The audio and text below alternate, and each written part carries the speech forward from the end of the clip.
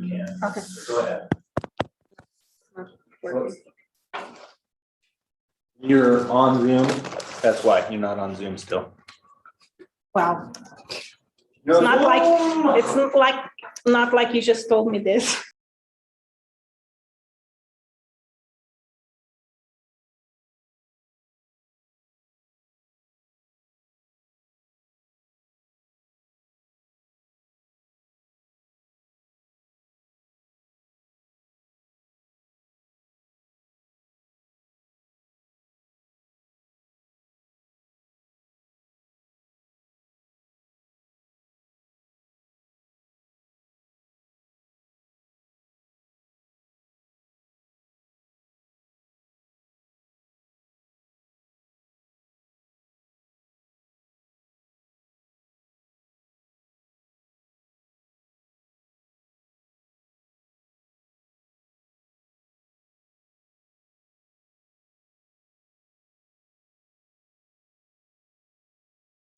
Now it is. It's not working. Take a look. It's supposed to be the loop. Maybe it's this one. But I think- USB loop back 1 and 2. There it is. It's working. Thank you.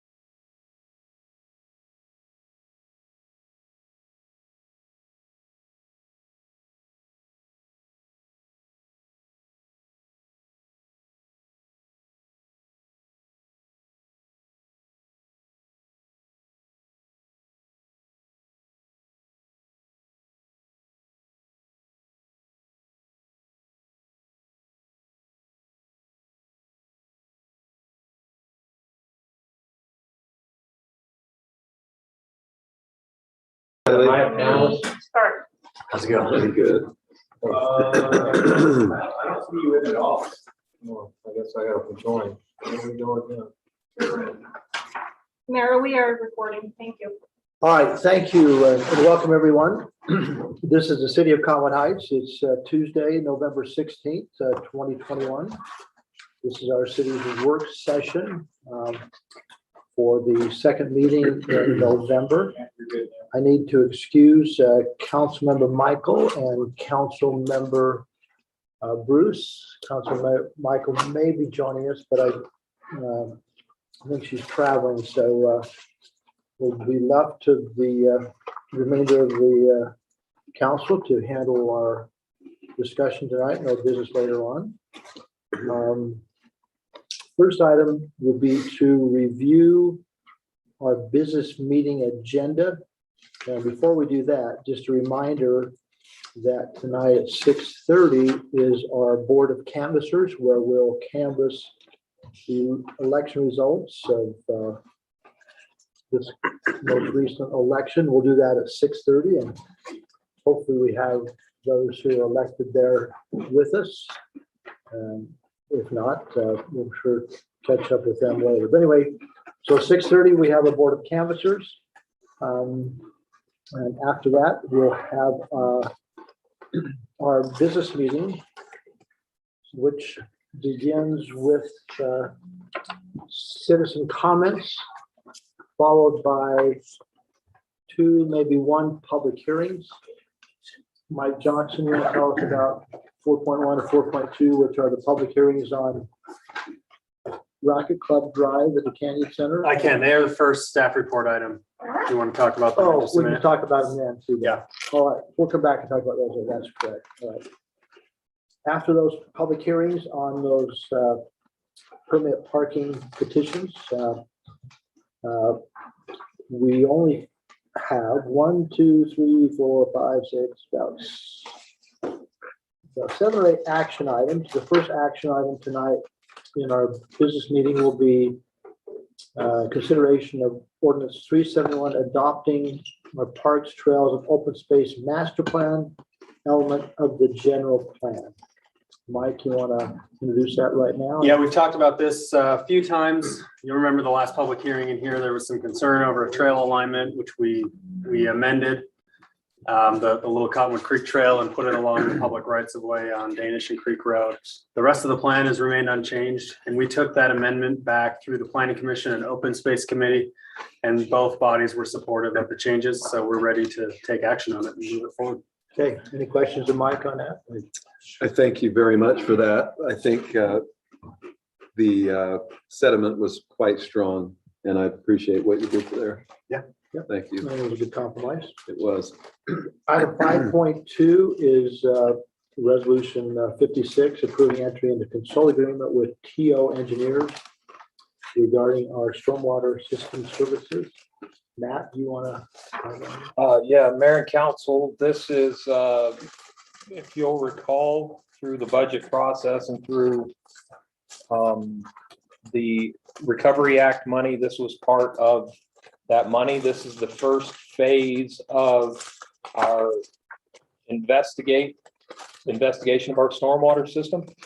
This is the survey preparing the plan for the raising of the 250 plus manholes, as well as the construction management of those.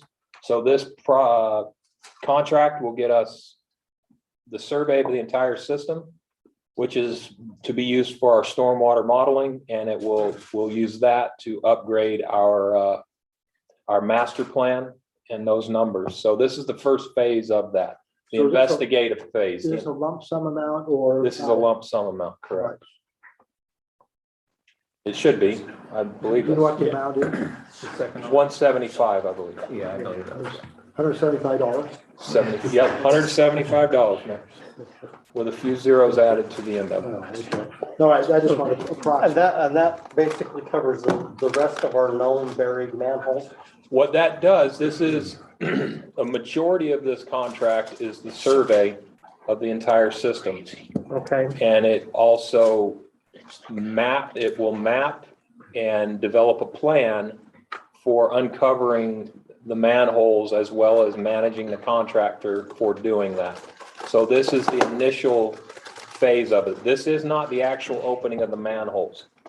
Just this is the engineering that goes in before all of that. But this shows where everyone is. Yes, correct. And what this does, it gives us elevations of pipe inlets and the outlets, the pipe type, the pipe sizes, the exact locations, so that we can further hone in our stormwater model, storm drain model, sorry. Storm drain model. And that was correct. It's 176, 250 is. Oh, sorry, amount. God, So close to. there I was pretty close. I'll talk them out of that 1,270. All right, item 5.3 in our business meeting is resolution 57 approving an updated affordable housing plan. Now, we've not seen that, have we, or have we? It's on the work session Oh, agenda. also, yeah. This okay. is the annual update that's required per the state Of legislature. course, I did read that, and I even got notified, okay. So we'll do that again in our work session. Then item 5.4, resolution 58, approving appointments to the Arts Council. Him or you want to? Paul or myself, What, Paul and I had the opportunity to meet with both of these individuals, Sierra and Amanda. Both have great desire to serve on the committee and have a good background that we think will be very effective. Amanda has an interesting part of it is she's into poetry. That's an element that we haven't had. Sierra doesn't have as much. is it Sierra or is it Clara? Sierra. Okay, That's it, Clara. no, it says Clara on that. Yeah, it's Sierra. There was an updated Oh, email or agenda that. yeah, I read that, I know what she does. Anyway, but I'm recommending approval of both of these individuals. Think they'll be a good asset to the committee. So, you have anything, Paula, to add to that? No. So we'll go to your committee. Yeah. I did read the. 5.5 is resolution 59, approving entry into the agreement with Salt Lake County for tier 2 ZAP funding of 14,000. It's something we make application for every year. We've been quite successful, and this is another opportunity to receive that funding and to do each year. So that looks like it's a full amount of our request. We're pretty close. Yeah. Item 5.6 is resolution 60, accepting requests for indemnification. Shane or Tim, who wants to introduce that? I can go ahead. The city has received a lawsuit in federal district court at the end of October. And three of the police department's officers have been named as defendants. And so pursuant to the Governmental Immunity Act, they have the right to submit requests to the city for defense and indemnity of actions taken in the course and scope of their job responsibilities. And the city is required to accept those unless the city is sure that their actions were improper. In this case, as in all of the cases where city employees are sued concerning their job responsibilities, I'm proposing that the city council accept these requests for indemnification with a reservation of rights, which will allow the city to look at the situation again if during the course of the lawsuit it becomes apparent that the actions were outside of the course and scope of the officer's responsibilities. Any questions? This is pretty standard protocol. We've been through this before, and I think again the fact that it's required and there's reservation of rights, that it's something that we normally do in this situation. Any question? Just a question. This took place over 2 years ago. Is that correct? Or no? Just about 2 years ago. About 2 years ago. Yes. Is that unusual to have something filed this This Well, they far have- down the road. I think they have up until 2 years. Is that right? No, civil rights is 4 years. Only 4? Oh, wow. Okay. But, I'm sorry. No, that's fine. This is, in my view, a little bit of a delay, but it's within the statute of limitations, so. Okay. So we'll be done with that. So please voice. Item 5.7 is resolution 61 approving civil asset forfeiture legal service interlocal agreement with Salt Lake County. This is regarding the forfeiture and disposition of property that comes through our police department primarily, and I guess goes to the county, or to the county. Is that it? How does this work? The statute that governs civil asset forfeiture was amended and recently, well, last session, I believe, and the change is quite subtle, such that it kind of caught everybody a little bit by surprise. And until now, it was clear in the statute that certain prosecuting attorneys, namely the AG and the district attorney's office, would handle these civil asset forfeiture proceedings. The change to the statute puts the burden on the seizing agency to pursue those cases, but other parts of the code still limit who can pursue those proceedings to the AG and the DA's office. And so the purpose of this resolution is to approve an interlocal agreement between the city and the Salt Lake County on behalf of the district attorney's office, where the city is authorizing and directing the district attorney's office to go ahead and prosecute these, or to handle these civil asset forfeiture proceedings on behalf of the city. Is there something, has the county or the DA's office already approved this contract? Yes, they did. They brought the issue to our attention middle of last week, and we kind of worked feverishly to get this put together for tonight's meeting. So then are the proceeds from the forfeiture of property, et cetera, the funds are held by the state? Is this what we make application for later then? Yeah, that's exactly right. So So drug forfeiture funds, yeah. Yeah, okay. we hold the money in a trust account. And then once it's forfeited, we send it to CCJJ. And then we can apply to have those sent back in the form of a grant. Yeah, so a portion of the money sent back. Some of it, I believe, goes to the DA's I office believe it's to 15%. cover the Costs. the legal costs and yeah. Years ago, we funded a lot of drug court out of that money. Yeah. Right, that's exactly what happened. There's a significant amount in that.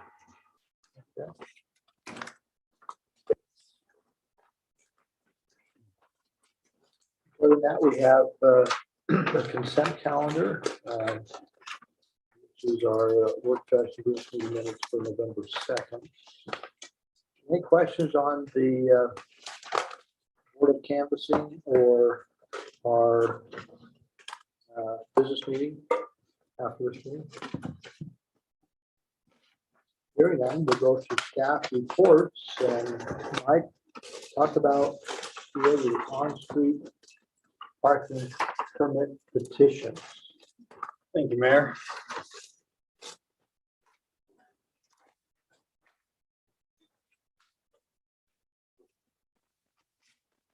Put this up here. Yeah. So we received recently two different permit parking petitions. You remember we did this almost exactly a year ago for the expanded permit area near Ferguson Canyon. This is the same process as it was then. The first one here is in Canyon Center Parkway. This is the road that goes through the new Canyon Center project. On this map, north is to the left. The road at the top of the screen is Wasatch Boulevard. So you can see Canyon Center Parkway here, the parking structure, the new parking structure is on the top of the screen there. The request came in from this, this residential project that is actually part of Canyon Center. It's 17 single-family homes located within Canyon Center. And you can see the access, it's kind of a unique subdivision. It's not a typical road through there. It's essentially a driveway in there, and it's fairly narrow. The request is largely to restrict parking along the frontage of the project, and they also requested to expand it slightly to the north of their development as well. This is just a summary of what I just said. The rationale they gave is that the neighborhood has limited overflow parking. There are 2 or 3 guest parking stalls inside the subdivision, and that's about it. And not enough room or width in there for cars to park along the driveway and other cars to get by. So the purpose is twofold. One, they do see cars park in front of their project fairly regularly, whether that's construction project associated with Canyon Center. It's been restaurant parking at times, and then in the winter, ski parking has parked along the frontage there as well. But also each home in there, each of the 17 homes has individual trash and recycling receptacles. And the garbage truck does not go into the development to pick up the trash cans. It picks them up along Canyon Center Parkway. So on trash collection day, all of those receptacles have to be wheeled out to Canyon Center Parkway. And part of their request, they said that allowing a permit area would allow them a consistent place to put those trash receptacles on trash collection day as well. There are 18 properties affected, 17 of them being the single family homes. And then the 18th is this undeveloped property here that was approved years ago for an apartment building. And you can see it's just a little bit of that property would be affected. Of those 18 properties, 14 signed the petition and those signatures were verified. Only 51% is required to get this in front of the council, so they exceeded that. These are photos from their petition. So you can see a few different things here, the winter parking conditions there, the trash pickup and what that looks like on trash collection day. That takes up a large amount of the frontage of the property when they're all lined up. And then, construction and service vehicles as well. Previously, city staff has met with these residents on multiple occasions, and actually last summer, I believe, we requested the developer of the Canyon Center project to restripe the road to actually increase the shoulder width along the frontage of the homes there to provide a place where cars could park. Previously, there was no shoulder there. It was just the lane right up next to the curb, which created problems, especially on trash collection day. So there is some precedent of the residents meeting and trying to find a solution without resorting to the permit parking, but they felt the need to submit this petition. In reviewing, there's some pretty strict criteria that we look at. They're in the staff reports. So I won't go over all of them, but essentially you have to demonstrate that commuter vehicles, which is just vehicles that do not originate from the area, often use the street frontage for parking, which limits the ability of residents along there to use it for parking. We feel, based on the petition and based on previous meetings, site visits in the past, especially as Canyon Center has been under development, that this proposal does reasonably comply with the ordinance criteria. And it could be justified by the council to approve permit parking along this frontage. A big part of this, especially with the winter ski parking that you see here, their brand new parking structure is just finished. So we would want the ski parking and the carpooling traffic to use that parking structure, obviously. So there is a place where that ski parking, that winter traffic could park, that would, it would be better for the residents, obviously, but also better for snow removal and things like that to park within that underground structure. So that is another reason that staff finds this complies with the ordinance criteria. And again, the request will reasonably resolve the current issues with trash collection and visitor parking limitations. There is still ample room along Canyon Center Parkway for on-street parking. from the edge of this north along the entire frontage of the apartment parcel. That will remain as a shoulder, and I think right now it's actually, there are some on-street parking stalls that are striped in there. So there is still quite a bit of on-street parking allowed within Canyon Center, even with this petition. There's some guest parking near the racket clubs just above the cursor here as well, that can continue to be utilized. So the impact is not substantial beyond the neighborhood that's requesting this petition. Get to my slides again. And then as was in your staff report, the police department weighed in on this, and they are opposed to the creation of the parking area, largely due to concerns over parking restrictions on public roads and legal concerns with the ordinance in general. But that full review is also part of your staff report packet. So that's this one. The procedure tonight is we're just taking public hearing, and then the ordinance requires that within 30 days of the public hearing, the council must take action. So action would be scheduled on this one for December 14th. And if the council has any questions or any clarification that they'd like in the meantime, we can work on that between meetings. Yeah, I have two questions just for discussion, if we have a minute. One is, have they looked at other options? So does painting the curb red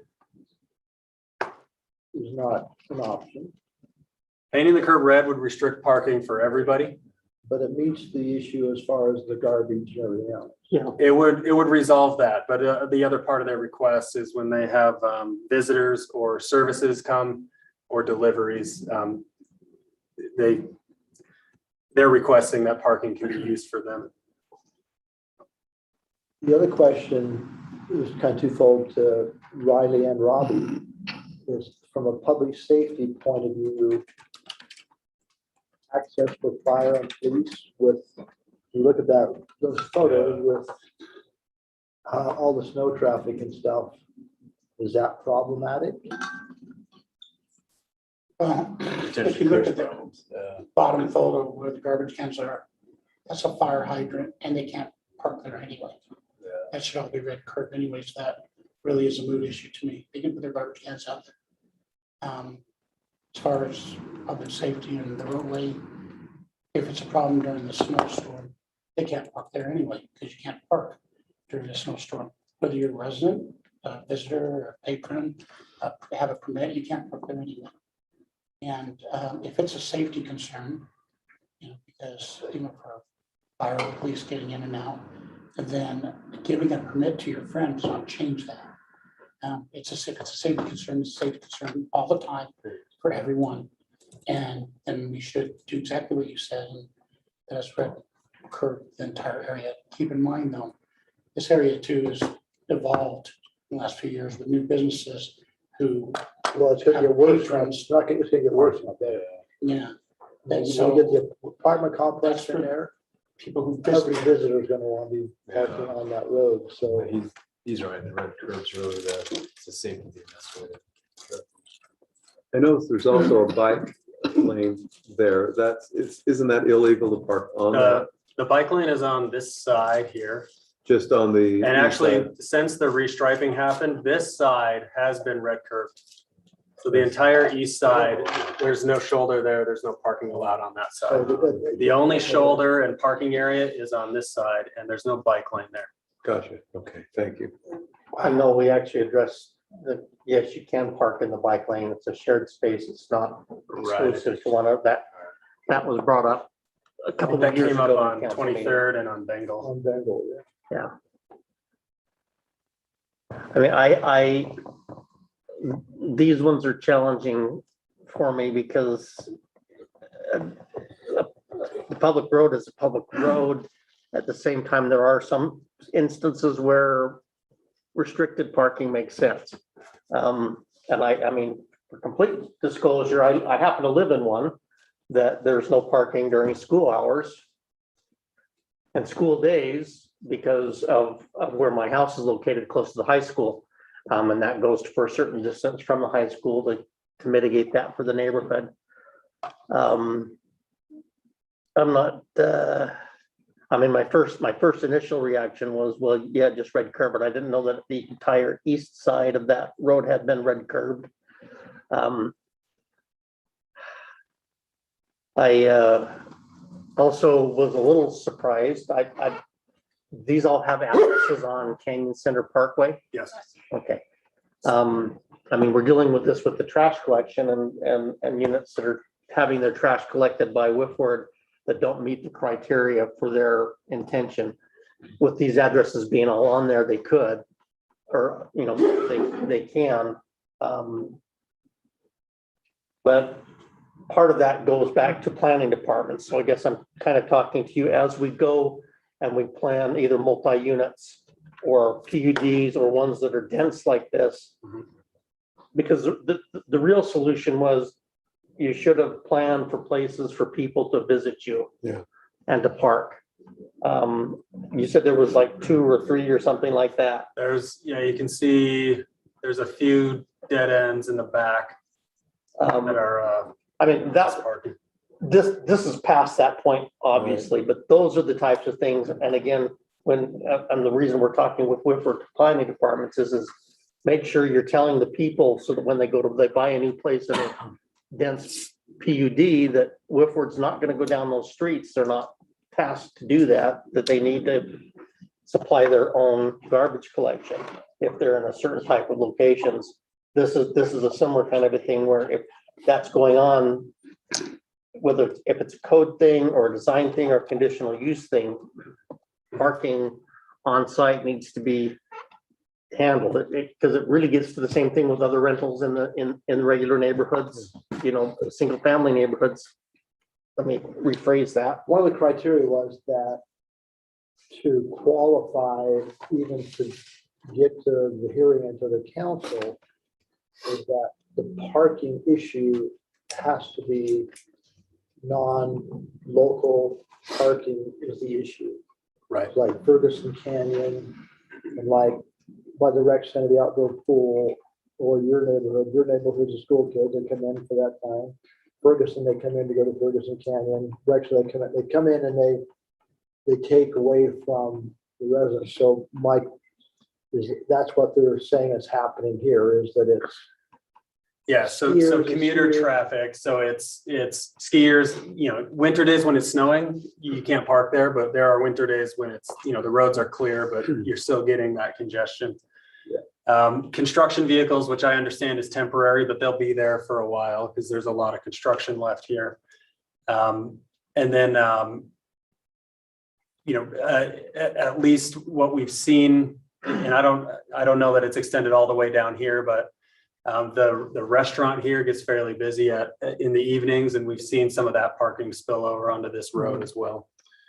Mike, in the future, we've run into this on 17th South and Fort Union, where they're stacked in so tight. And unfortunately, they chose to do stacked parking even for the residents. And in the front, we have small offices that only have one stall in front of each. I think in the future, we need to look at this, and I'm part of this is planning a master plan. But when I see this, that's a definite problem before you even know the dynamics of what's happening up there.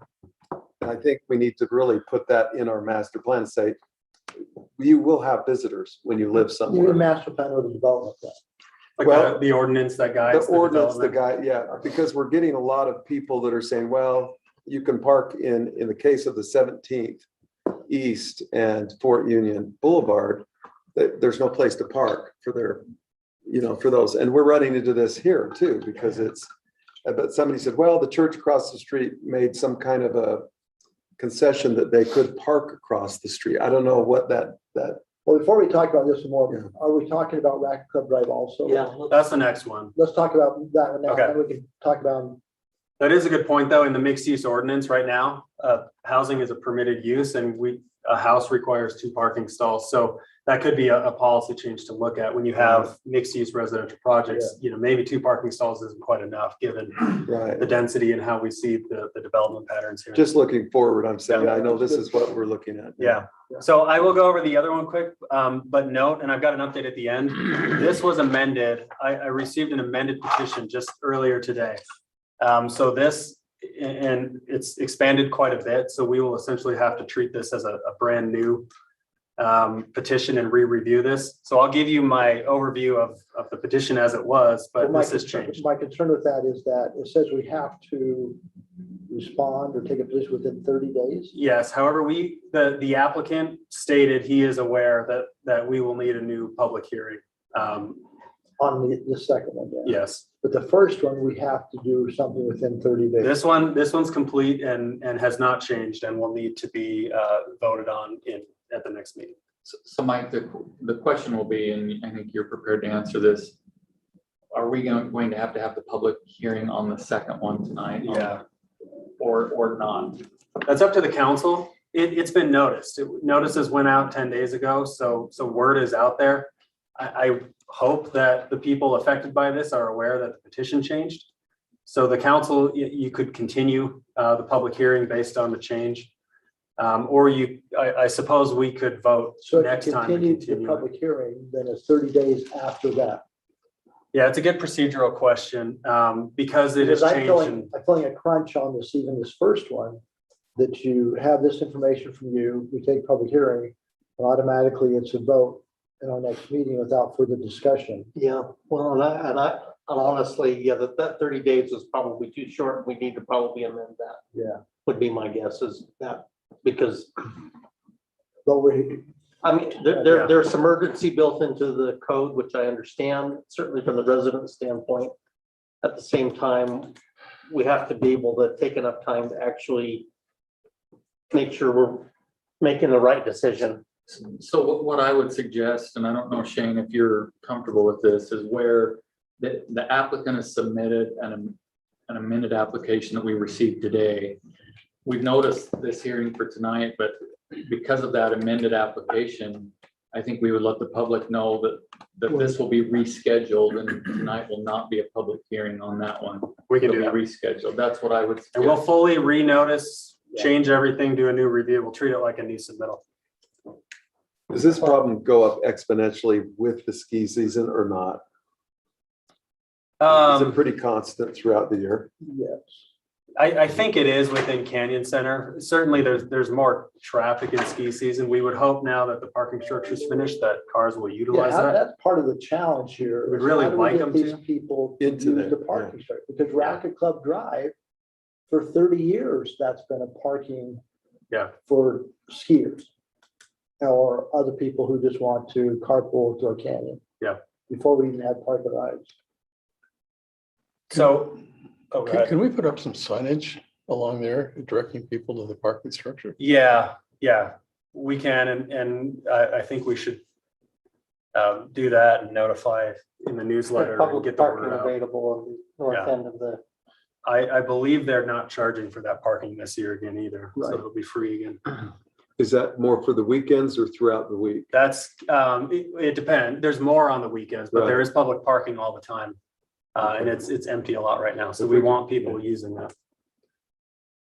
So But this is, even visitors to those homes can use that public parking.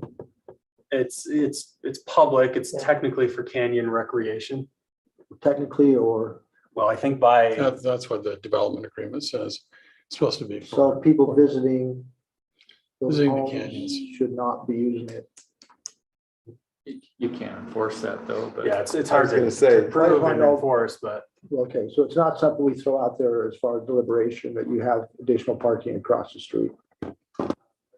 where we have a development agreement that says canyon Okay. recreation, I don't think we should. Okay. I am aware there have been some private negotiations to use some of the private stalls in here. That's out of the city's Yeah, that would. purview, but those discussions have happened. I don't know where they are right now. The second petition is along Racket Club Circle, not on Racket Club Drive, but on Oh, the really? So circle. it's not the drive? No. So this is the petition we received. Okay, this looks like what you sent out, so. Yep, All right. yep. This was what was received in notice. Excuse me. The purpose or rationale here was, I think the intent was a little more proactive to preserve the safety and integrity of the traffic in that little circle.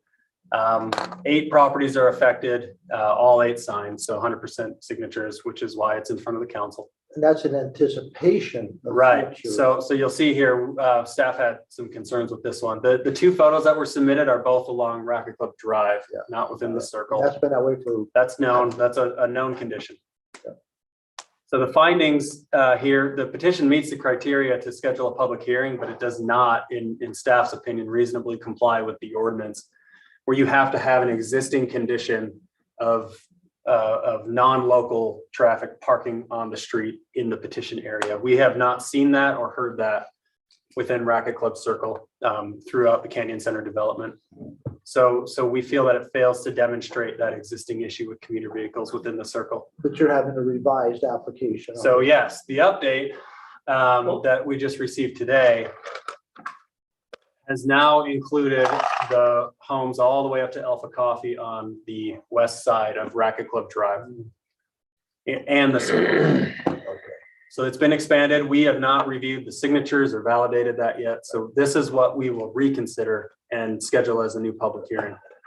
Yep. And we would do this at the next meeting. However, that leaves the public hearing in one council's hands and the decision in a new council's hands. So we probably won't do that. So this probably won't come back until January when the new council is in place. So that's where this one is. And I think that Is this I agree different? with. Well, that's the This is the updated. Okay.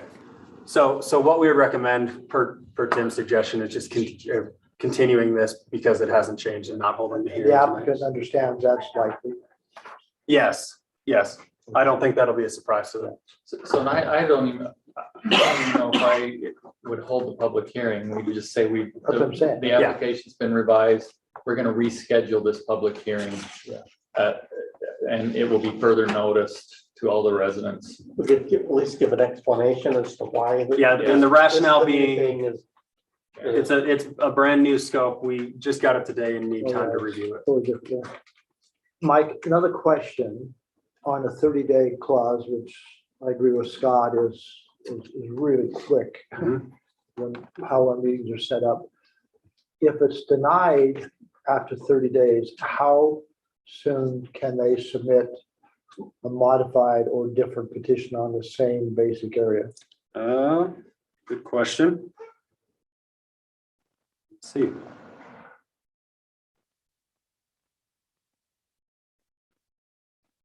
I can find the answer for you, I'm not sure. I don't know, land use is 12 months. I don't know if it's different for this. Some are or not. 12 months, some are 90 days. Yeah, it just Right. depends on the type of application. I'm not sure. I'll have to read through the ordinance and see. Well, and that could be something we can deal with because I believe our December meeting is within the 30 days from today. So, that means basically we need to have a decision one way or the other. But my point being is that if suddenly you get to that point and you want an additional piece of information and it's already 30 days, you're right, you have to deny it. Well, you don't have to, but you're right. It's prudent to do so simply because you haven't had time to You can't. actually make sure you have all the relevant information. So when could we change that if we want to? That be in It's January? an ordinance review. Yeah, these 2 are vested, so they'd be Yeah. under the current ordinance, but that's Right. something we could prioritize in the retreat. There's a number of areas of the code that we need to really look at, and I can put that on as one of the topics. From a complexity standpoint, is you change 30 to whatever number. I think it's pretty straightforward. Yeah. Well, and that's kind of what I was thinking. It was going to be just the one number. You could actually probably have it up on the 14th of December, but And if you want us to do that, let me back up. We can definitely pursue that. If you want to give us that direction to look at the code and bring it back to you, it wouldn't impact these 2. Wouldn't impact these 2, but anything else in Yeah, the queue since it won't coming up. impact these 2, let you guys just deal with it later and change it, yeah. take a little bit So of you're time. inclined to just put it in for the next, Well, I have no problem seeing it right away and dealing with it. It's pretty common sense to me that 30 days is not sufficient time to take an application, review it, ask for a little bit of additional information. Comment. Public you have hearing, a comment. public hearing and then for action. That just seems a little, That's crunch. it's crunch, like this one seems crunch. Yeah, my point is, we're feeling the pressure / pain now. I mean, obviously Doug and I will be here in January and we can convey that. So my question to you two is, would you like to have it in December and change it real quickly, or doesn't change these two, but I Would it help in pending, wouldn't do anything with these. yeah, these That's are, why these are that's locked why I in would here. just put it on your retreat. You know, and Either way, we could bring it forward if you wanted us in December. But it doesn't You have a impact, strong doesn't feeling. impact what we currently These are have. locked in. it would be, Yeah, so it'd be for a new one. Yeah, so I just do it in the retreat. So I think we'd be okay with retreat. that's fine. I just, I understand, yeah. So Mike, does staff have a recommendation on the initial petition? So on this one, we, Canyon Center? yeah, we do not support that one. This one, again, based on the criteria in the ordinance, which is the presence of commuter traffic. Yeah, we support the first one. We find that it meets the criteria in the ordinance. For that, But that doesn't bring into account these other things that the council should account for, which is public safety and the equity and that kind of thing. It's just the sole criteria in this ordinance. But The Canyon Center complies. the non-community parking is a big issue. Okay. and for my sake, clarity, because I did bring up this slightly, commuter traffic. You come, you drop your car and you leave. Is that the definition, as opposed to, for example, in my neighborhood, there's people who would say that all those people coming to the high school are Residents. commuters or outsiders or whatever, So but they could also be looked at, well, they're coming to use the facility that is right there. And so they, the traffic that they generate, all that stuff is justifiable because they're there for that reason. They're certainly not dropping and going elsewhere. Is that a distinction? Is that fair? Is that the way the code's written, or am I? the code's a little simpler because this program is designed for both residential and commercial settings. The definition of commuter vehicle is a motor vehicle parked in a city permit parking area that is not under the control of an area resident or area business. So a visitor would be, I guess, if they get a permit from the resident, then they would be under the control of. Yes. Okay. Yeah. All right. Enforcement, that's still gonna be an issue, right? Always going to be an issue in something like this. Visit San Francisco. It's more based upon complaint only, isn't it, Robbie? Yeah, it's complaint based, just like Ferguson. All right, we need to move on with the agenda. So that's a good update. We'll have the public hearing on the one today, and then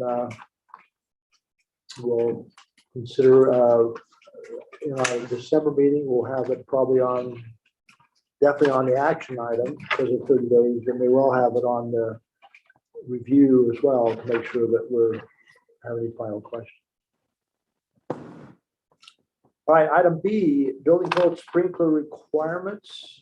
We're honored to have with us the impeccable Assistant Chief Riley Pilgrim. Did a great job this morning in the closed meeting. I was a little nervous. Both meetings I was a little nervous. He represented the chief today at UFA. Awesome. So what we have tonight is just a recommendation by Unified Fire Authority in regards to just a change to the kind of the construction or building ordinances. It's already in place in the state construction code.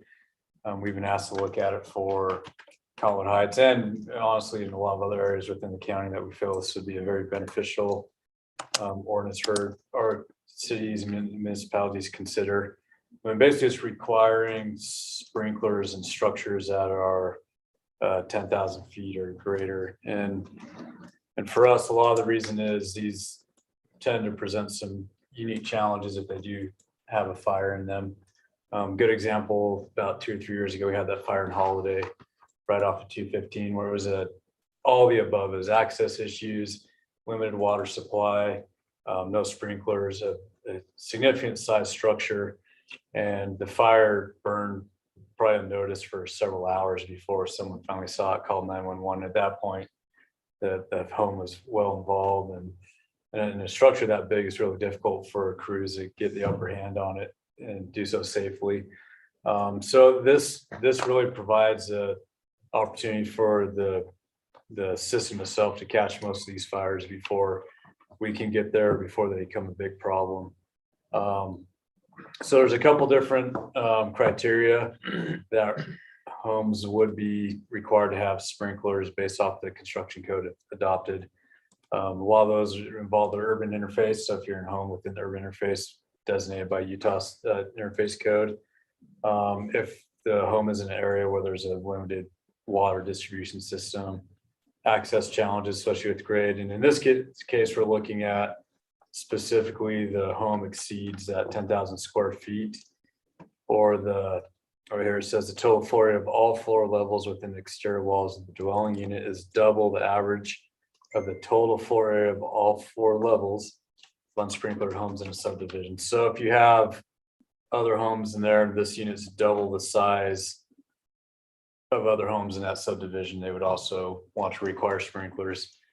There's a few exceptions if it's outside the interface, it's in a 1 lot subdivision, or it has 50 feet of defensible space and between properties, those could be considered as exceptions. So for the most part, the biggest thing will be just that square footage, and having those sprinklers in there, we feel is definitely a safety. It provides additional safety and hopefully reduces property loss, and those structures are, say, far more complex when fires do occur in there. So I don't know if you have any questions or concerns with this. I have a couple of questions.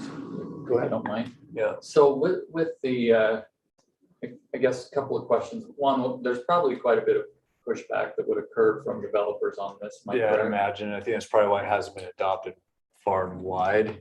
Yes, however, we have, it's not uncommon for these large homes that run into various other fire code issues that already exist to have to sprinkle anyways, but it's a process of, hey, you don't meet this fire code, you need to come up with a mitigation. Yeah. So it can move forward, and one of those mitigations, the easiest one, is to sprinkle the building. Yeah. So a lot of the larger homes are sprinkled anyways. It's just not an automatic requirement. It's you don't meet this, come up with an alternative, and really the only feasible alternative is to sprinkle it anyways. And then the second question is process. Is this something that we need to consider for our community per a resolution, or because it's already adopted under state code? This would be a direction that would be provided for our community through a formal decision? Yeah. Okay, so this would need to come back for final consideration. So Yeah, I think it'd be a code amendment. A code amendment, yeah, because, yeah, we like this. It's, most of these homes too do exist in all the above. They're typically close to the interface. They typically have access problems. They're rarely a frontage on a road, right? They're typically offset. So this just provides additional, fire protection when we get in there. It can be definitely challenging, so. I think a good example we see, probably the most common, is like flag lots that have a small access driveway. There's usually a couple options. One, you can build a wide driveway and a turnaround that a fire truck can use, or you can keep a narrower driveway and sprinkle the home. Just alternatives. So this kind of helps address some of those. We have a resident who's done with that soon. But, Yeah. Yep.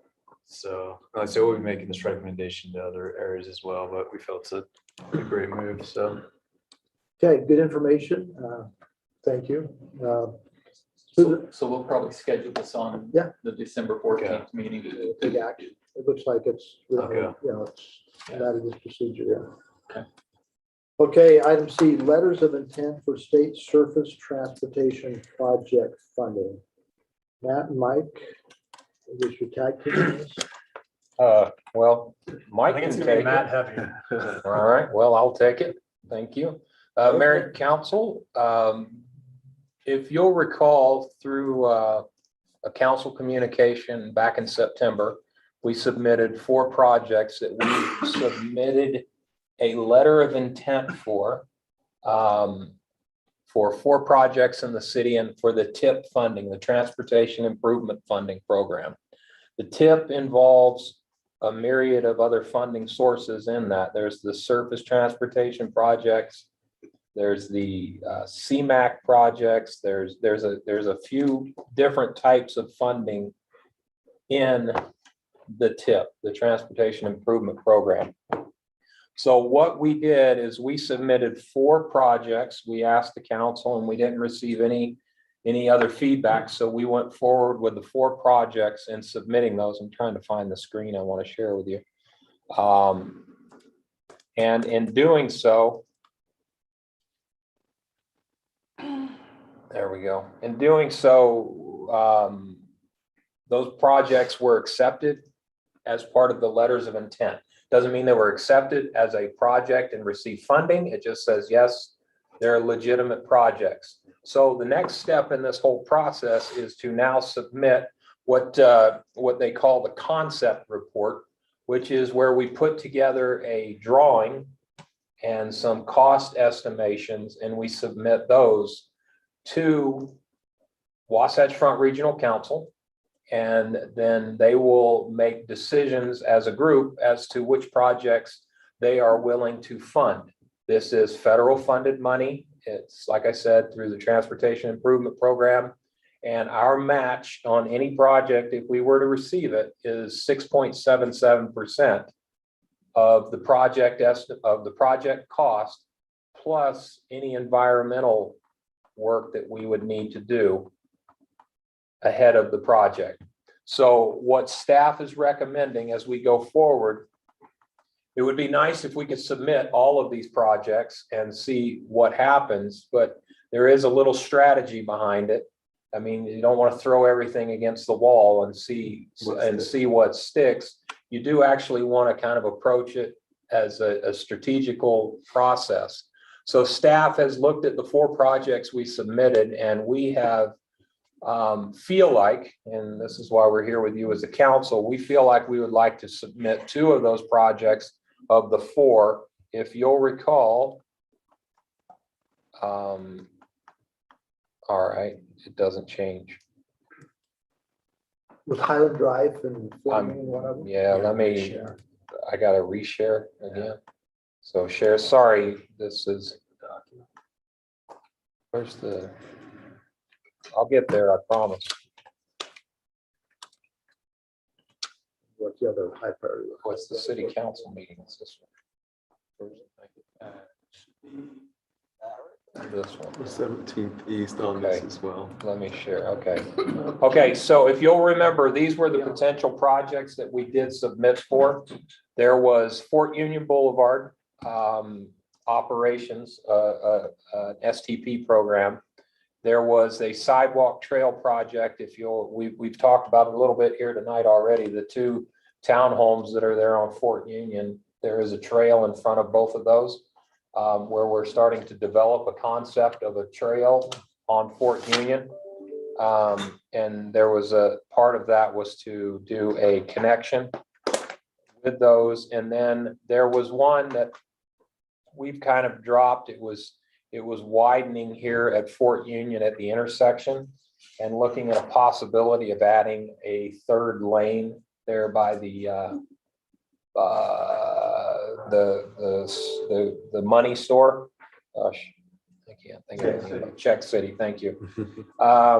So looking at this is a very high dollar project. And we have just 2 years ago opened that up and improved that intersection. So we are not proposing that we move forward with that based on the dollars. There is a lot of property issues in there to deal with. This one on Fort Union, it's being developed, and we're looking at it being developed right now as developments kind of come in filling those things that are happening. Right. And we feel like that perhaps that may be taken care of, or not all of it, but it will certainly help connect the trails and build these as we develop out on Fort Union. So what staff has done is we feel like we should submit 2 projects. And those 2 projects that we are recommending is, one is the pedestrian crossing here on Fort Union at Nye Drive for Bella Vista Elementary School, installing a hawk signal. And if you know what a hawk signal is, a full stop signal. So as children are crossing through that section, they can hit the hawk signal and you'd have the crossing guards, and that stops traffic. And then after school, it can also be used as a crossing from Nye Drive over. And because people do tend to go over to that part, the elementary school, and use the park and play in that in the evenings. So we're recommending a hawk signal there and submitting for that. And then the other one is the Fort Union Boulevard, what we call the operations project. Once again, Mike, I'm gonna have you help me. I gotta stop sharing. It's above 30th East. Yes, I'm gonna pull that up here. I think I've got it. This is the Fort Union project, which would run from this location, as you can see right here. Come to your parents' house. Done. Yeah, and the complete distance down to the park and ride on the north side of Fort Union. Now, what this would involve would be the addition of asphalt to do a buffered bike lane along there to make the full connection from Wasatch Boulevard to where we have bike lanes on Fort Union. This also would be adding on the north side of the curb and gutter that would be installed a pedestrian trail, an 8 to 10 foot pedestrian or multi-use trail that would also connect from the park and ride down to the sidewalk to the west. So basically widening to the north enough for bike lanes. Yep. A buffered bike lane, if you will, and also like I said, if we can make it fit in here and it all works, putting in a pedestrian multi-use trail. So those are the 2 projects we're suggesting to the council that we move forward with on concept reports. Now, remember, this funding, if we get the funding, it doesn't come around until 3 to 5 years from this point. But it is something that we need to get on the list for and start pushing towards. So any questions or comments on those? I'm just going to comment and speak very favorably to both of those. Very familiar with the Nye Drive and that challenge there as far as pedestrians getting across. But I'm especially excited about Upper Fort Union above 30th East, because again, if you drive that road narrows up until you get to that point. And it's long overdue of some general updating. It And is, part of that would be yeah. adding the curb and gutter. We would be able to pave it and do a lot of things with it. And having the trail on the north side, because it's heavily used by runners, walkers, bikers. And yeah, it's. And the other thing, Matt, is on that north side, it's Yeah. fairly open there. I Yeah. mean, as far as. It is completely open. And if you'll look, you can kind of see some property lines along here, this white lines. That's city-owned property already. The area where we would have to work with our partners is Murray.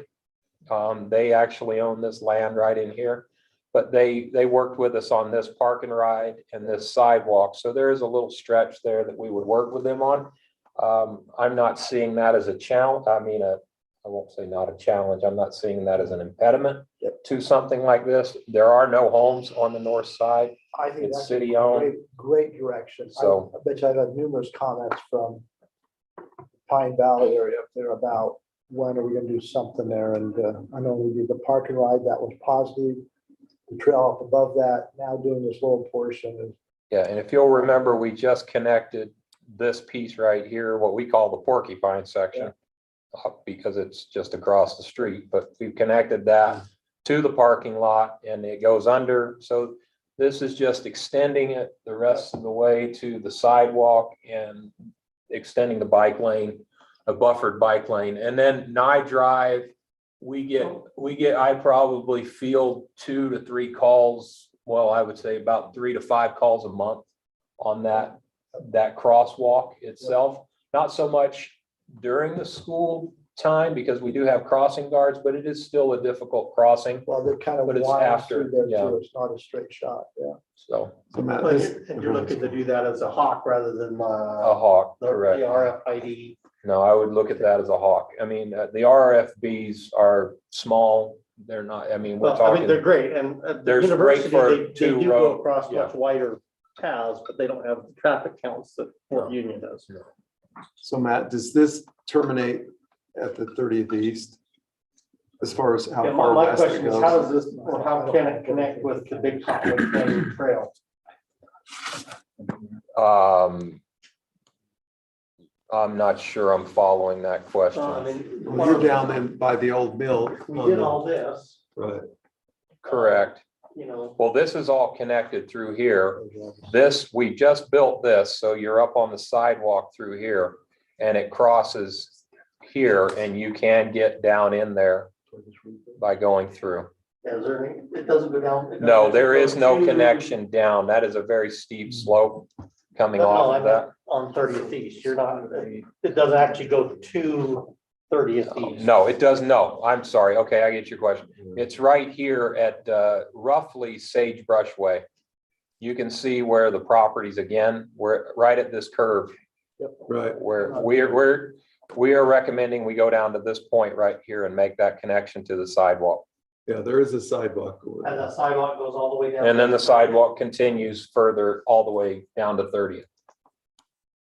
You can see the sidewalk that continues. I guess I was, for connectivity and or use, if you could make that a loop with Big Cottonwood Canyon Trail, that would be really, Well,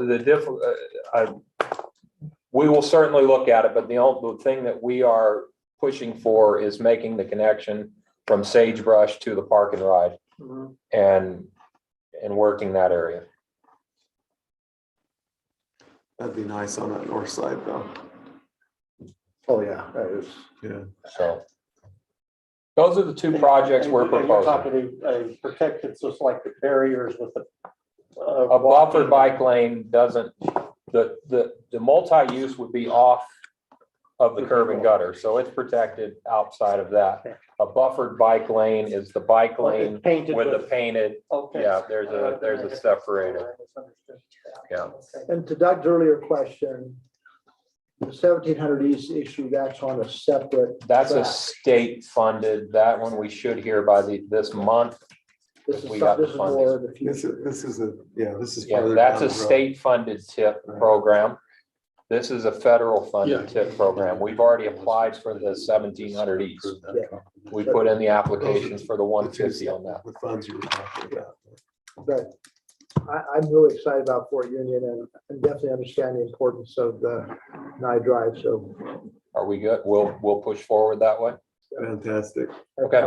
And then No. just for, I guess, general information, last time I asked you about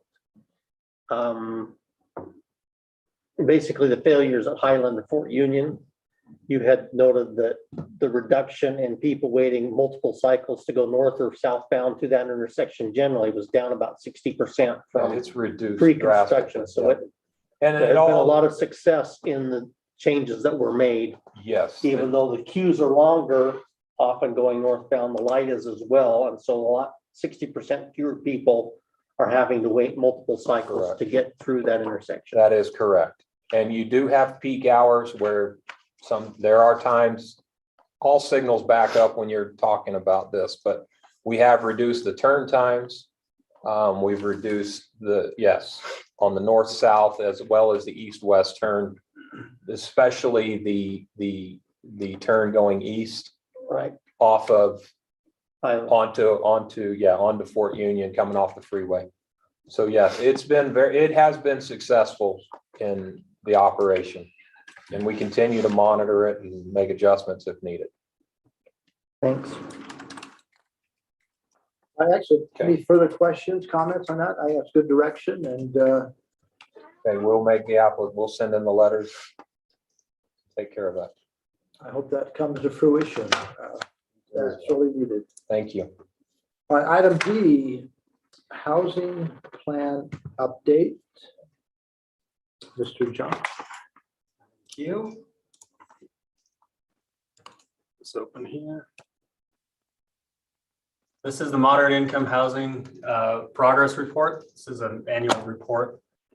The background is state code and actually legislation a couple of years ago requires that cities all adopt affordable housing master plans, which we did in 2019, and then submit annual update or progress reports to those plans that have specified information in them. So that's what's in front of you tonight. The annual update reports are required to be submitted by December 1st each year. That goes to I believe the Wasatch Front Regional Council and the State Department of Workforce Services are the two required places to send those reports. The requirements of each report is to provide an update of the 5-year moderate income housing needs that include the things on the screen here: projected growth of households, projected housing stock, projected median housing cost, median income, and then a current estimate of the city's rental housing needs. And then additionally, you'll remember in 2019, we were required to adopt three tools that we identified out of a list of options that we would pursue to implement affordable housing in the community. So we have to provide a progress report on those strategies as well. So I have not included all the data here, but the report's in your packet. But this is kind of an overview. This is the 5-year rental housing need. I will note that the data here is a little bit outdated. Even though we just had the census, the localized census data is not yet available. We're still waiting on that.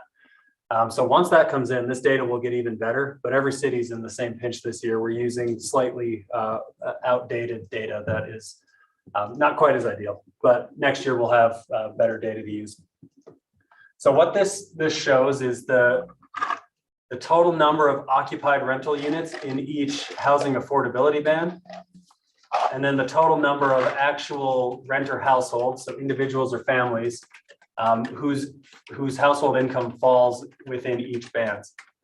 So what this shows, for example, is right now we have 152 rental units that would be considered affordable to households earning less than 30% of area median income, so extremely cost-constrained housing. However, we have 470 individuals or families that would fall into that same category, which means we have a gap. There are 318 more families than there are occupied rental units, which means these 318 households need to rent in affordability bands that result in their households being cost constrained or cost burdened due to housing costs. We also show a gap at the 80% or greater area median income, so the market rate band. We have 720 occupied units, and this is just rental units, but almost 2,000 households that would fall within that band. So what this means is this surplus is renting in housing bands or affordability bands that are less than what they can technically afford. An ideal chart here would show zero gap and zero surplus. Everyone would be living within their housing bands, and these numbers would all be matched across the board. But what happens when you have excess in either category is they need to rent up, which is a worse problem to have, or they need to rent down, which then can further constrain the supply to the people that really need it. And then we have comparisons year over year from last year to this year. You can see the number of households that are extremely cost burdened with their housing has increased. Our gap has gone up, and that will continue to be an issue. And I think that's probably similar in every city you go to. I had, Yeah. so I guess, how are you finding renter households? With it being, I guess it's almost the same as the rental. These are just rearranged. Is there a way you'd have a rental household that has no place to go? I guess we have 65. We've got 65 extra units. 65. Right, overall, we have a surplus of 65 units for everybody who wants to be renting. We have, well, what this shows is 65 households or 65 more households than there are occupied rental units. Now this is data that we're using. It's kind of just pulled together. So, they're living somewhere. Right. So that 65, they're not nowhere. They're Yeah, living no. somewhere. It just isn't reflected in this So data.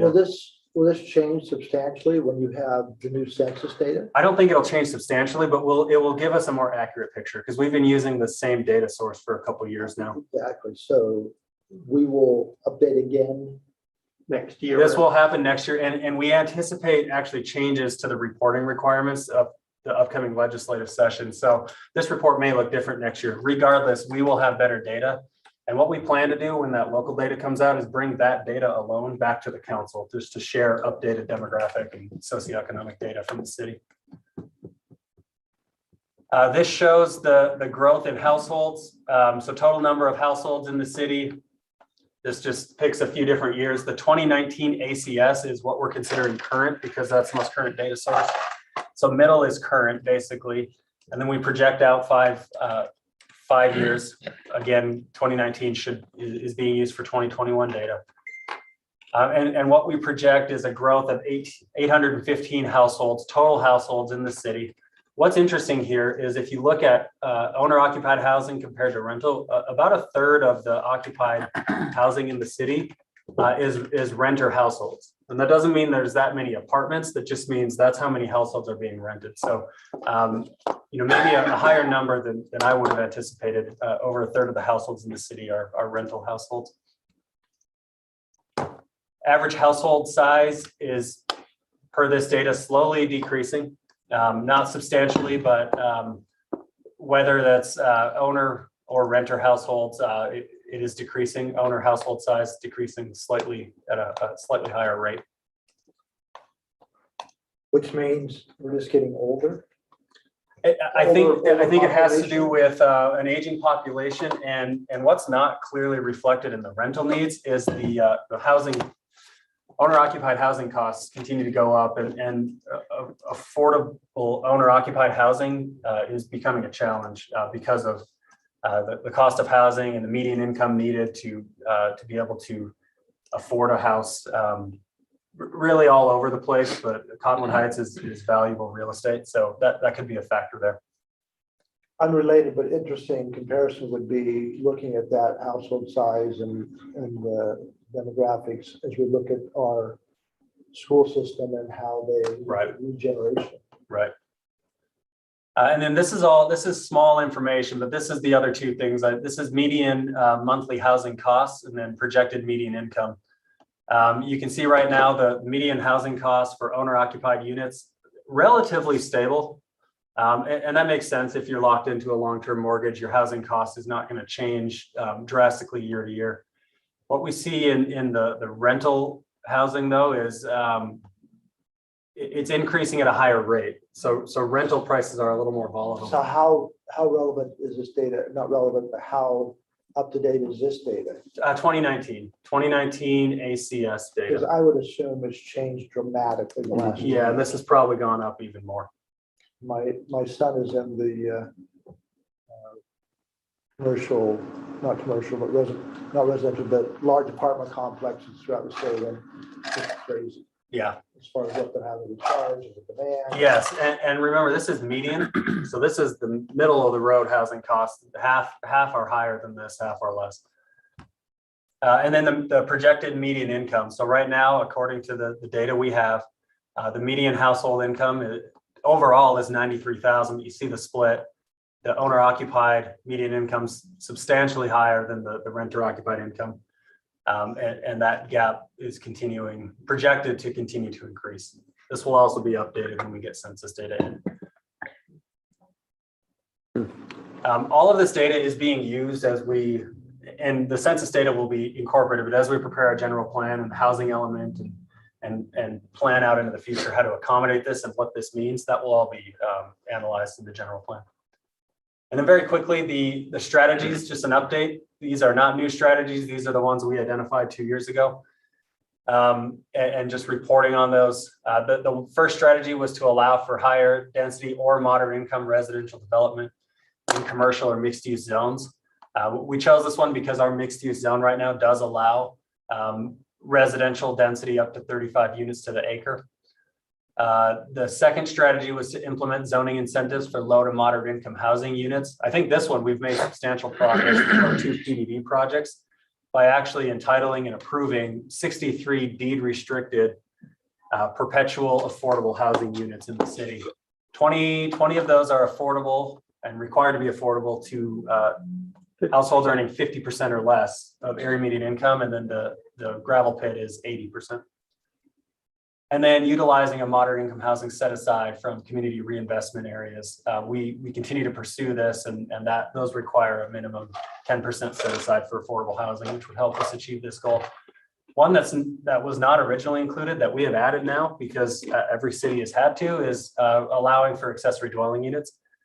Obviously, we now have that ordinance in place, so that's another tool that we are reporting.